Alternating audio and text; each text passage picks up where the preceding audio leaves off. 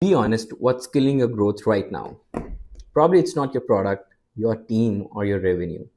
Growth stops when founders loses momentum.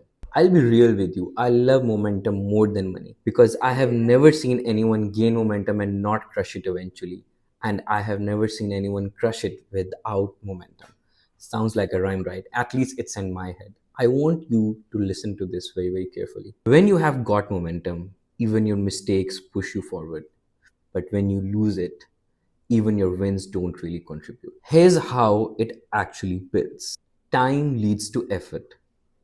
Effort leads to more effort, and more effort leads to correct effort.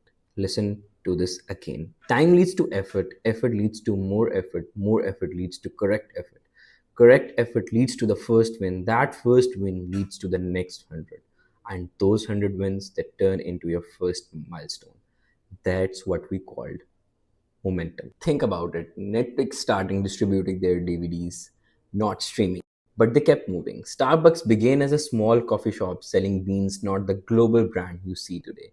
Even your favorite creator, nobody cared about their first 87 videos till they started gaining momentum. So ask yourself right now, what's killing your momentum?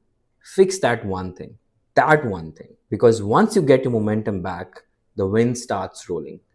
Business comes easier, ideas flow better, energy returns, revenue follows.